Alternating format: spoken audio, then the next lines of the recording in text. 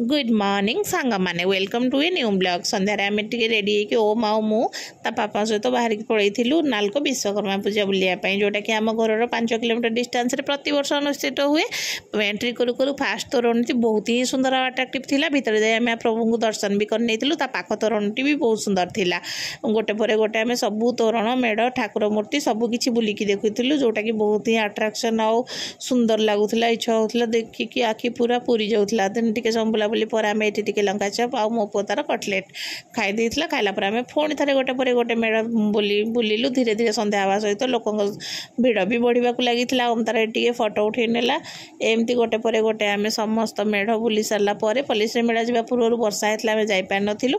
आपण मैंने भी जदि आखपाखर मो भिड देखुं नालको विश्वकर्मा पूजा जाकि बुलिकी आसिले कि ना कमेंट बॉक्स में निहाती लिखिए। भिड भल लगे लाइक शेयर सब्सक्राइब।